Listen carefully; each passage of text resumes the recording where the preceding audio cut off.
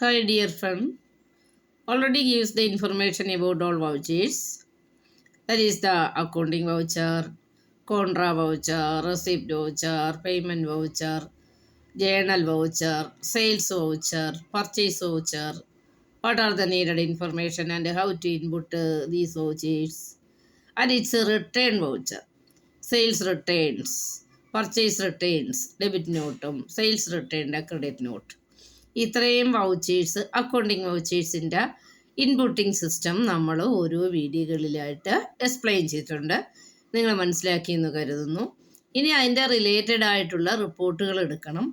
ഇതിന് പുറമേ നമുക്ക് നോൺ അക്കൗണ്ടിങ് വൗച്ചേഴ്സ് ഉണ്ട്. മെമ്മോറാണ്ടം വൗച്ചേഴ്സ്, ഓപ്ഷണൽ വൗച്ചർ, വേഴ്സ് വൗച്ചർ, ഇതൊക്കെ നോൺ അക്കൗണ്ടിങ് വൗച്ചേഴ്സാണ്. നമുക്ക് എന്തെങ്കിലും ട്രാൻസാക്ഷൻ ഉണ്ട്, അത് അപ് ടു ഡേറ്റിൽ അപ്ഡേറ്റ് ചെയ്യേണ്ട, എന്നാൽ അത് എൻട്രി ചെയ്യുകയും വേണം, നമ്മൾ അക്കൗണ്ടുകളിലേക്ക് പാസ് ചെയ്യുകയും വേണ്ട. അങ്ങനെയുള്ള അക്കൗണ്ടുകളെ നമ്മൾ മെമ്മോറാണ്ടം രജിസ്റ്ററിലായിട്ടോ റിവേഴ്സ് ജേണലായിട്ടോ ഓപ്ഷൻ വൗച്ചറായിട്ടോ നമുക്ക് ക്രിയേറ്റ് ചെയ്ത് വയ്ക്കാം.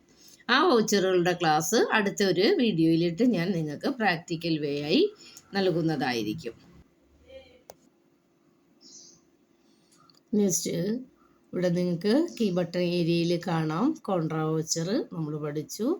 അതിൻ്റെ ഷോർട്ടും ഇട്ടിരുന്നു, എക്സ്പ്ലനേഷൻ റിപ്പോർട്ടുകളെല്ലാം ഇട്ടിരുന്നു, നിങ്ങൾ എടുത്തിട്ടുണ്ടാവുമെന്ന് കരുതുന്നു. Receipt voucher, journal voucher, sales voucher, contra voucher, debit നോട്ടും ക്രെഡിറ്റ് നോട്ടും, പർച്ചേസ് വൗച്ചർ, ഇത്രയാണ് നമ്മൾ നോക്കിയത്. ഇനി മെമ്മോറാണ്ടം വൗച്ചേഴ്സ് ഉണ്ട്, വാറ്റ് പേയ്മെൻറ്റിൻ്റെ ഡീറ്റെയിൽസ് ഉണ്ട്. ഇതൊക്കെയാണ് നമുക്ക് ഇനി അടുത്തതായിട്ട് ഉൾപ്പെടുത്തേണ്ട കാര്യങ്ങൾ. നമ്മൾ ഇൻപുട്ട് ചെയ്ത എൻട്രീസിന് ഇപ്പം നമ്മൾ പർച്ചേസ് ചെയ്തു, സെയിൽസ് ചെയ്തു. അപ്പോൾ നമുക്ക് പർച്ചേസ് രജിസ്റ്റർ എടുക്കണം, സെയിൽസ് രജിസ്റ്റർ എടുക്കണം, അതിൻ്റെ റിലേറ്റഡ് ലെഡ്ജേഴ്സുകൾ എടുക്കണം അല്ലേ. അപ്പോൾ ഇവിടെ നമ്മൾ അതിനായിട്ട് ഉപയോഗിക്കേണ്ടത് ഡിസ്പ്ലേ എന്ന് പറഞ്ഞിരിക്കുന്ന ഡിസ്പ്ലേ ഓപ്ഷനാണ്.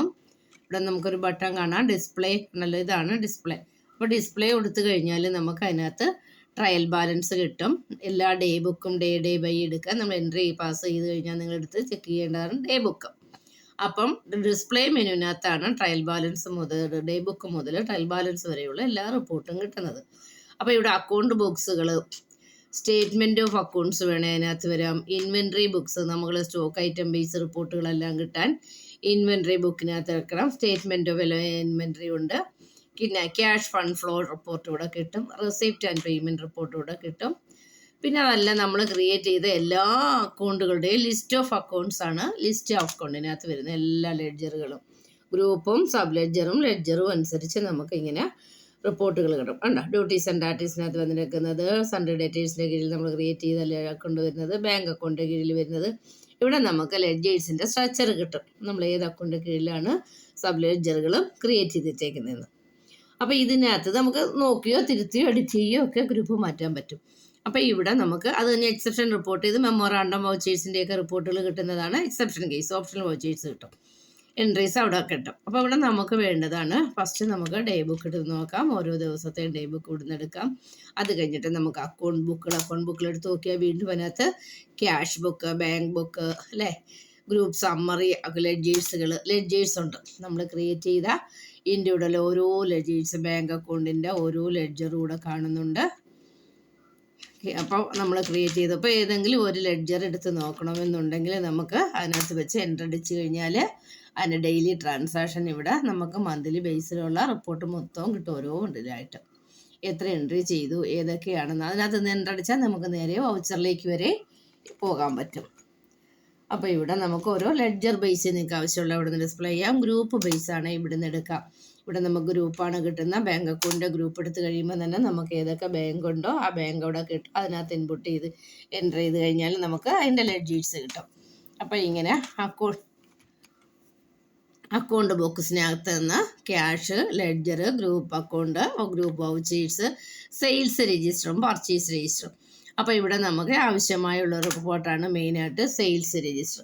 അത് മന്ത്ലി ബേസ് റിപ്പോർട്ടാണ് കിട്ടുന്നത്. ഏത് മാസമാണോ നമ്മൾ ഡേറ്റ ഇൻപുട്ട് ചെയ്ത ആ മാസത്തെ ഇവിടെ നമ്മൾ ഈ ജൂലൈയിലല്ല ഇൻപുട്ട് ചെയ്തത്. അപ്പോൾ ഇങ്ങനെയാണ് ആ രജിസ്റ്റർ അവിടെ കിട്ടും. ഓരോ മാസത്തെ മന്ത്ലി ബേസിലാണ് നമുക്ക് ഓരോ റിപ്പോർട്ടും വരുന്നത്. അപ്പോൾ സെയിൽസ് രജിസ്റ്റർ അവിടെ എടുക്കാം.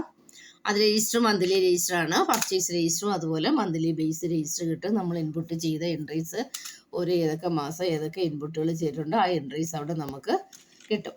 ഓക്കെ, അപ്പോൾ പർച്ചേസ് രജിസ്റ്റർ, ഇനി ജേണൽ ചെയ്തതിൻ്റെ ജേണൽ രജിസ്റ്റർ.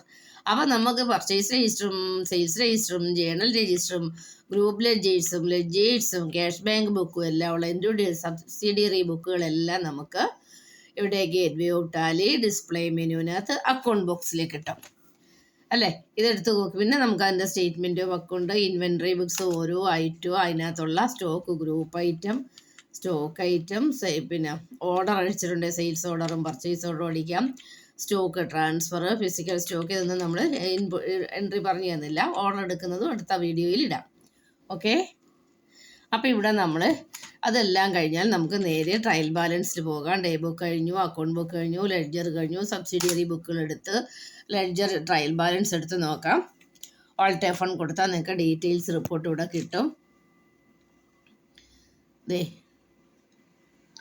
ഡീറ്റെയിൽസിലായിട്ട് നമ്മുടെ ട്രയൽ ബാലൻസ് ഇവിടെ കിട്ടും. അത് കണ്ട ട്രയൽ ബാലൻസ് എടുത്ത് നോക്കാം. എഡിറ്റ് ചെയ്യാനുള്ള എല്ലാം നമുക്ക് വായിച്ചു നോക്കിയിട്ട് അവിടെ നിന്ന് ചെയ്യാവുന്നതേ ഉള്ളൂ. അത് കഴിഞ്ഞിട്ടാണ് നമ്മളിവിടെ വരുന്നത് P&L വരുന്നു. ഗേറ്റ് വേയിൽ വരുമ്പം P&L കിട്ടും. ആൾട്ട് F1 കൊടുത്താൽ അതിൻ്റെ ഡീറ്റെയിൽസ് ഇവിടെ കിട്ടും.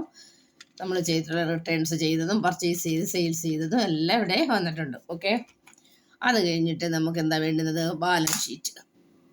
ഇവിടെ നിന്ന് ഗേറ്റ് വേ ടാലിയിൽ നമുക്ക് ബാലൻസ് ഷീറ്റ് എടുത്ത് നോക്കി നമുക്ക് അതിൻ്റെ ആൾട്ട് F1 കൊടുത്ത് ഡീറ്റെയിൽസ് എടുത്തു. അപ്പോൾ ഇങ്ങനെയാണ് നമ്മൾ റിപ്പോർട്ടുകൾ അനലൈസ് ചെയ്തെടുത്ത് നോക്കേണ്ടത് ഗേറ്റ് വേ ടാലിയിൽ.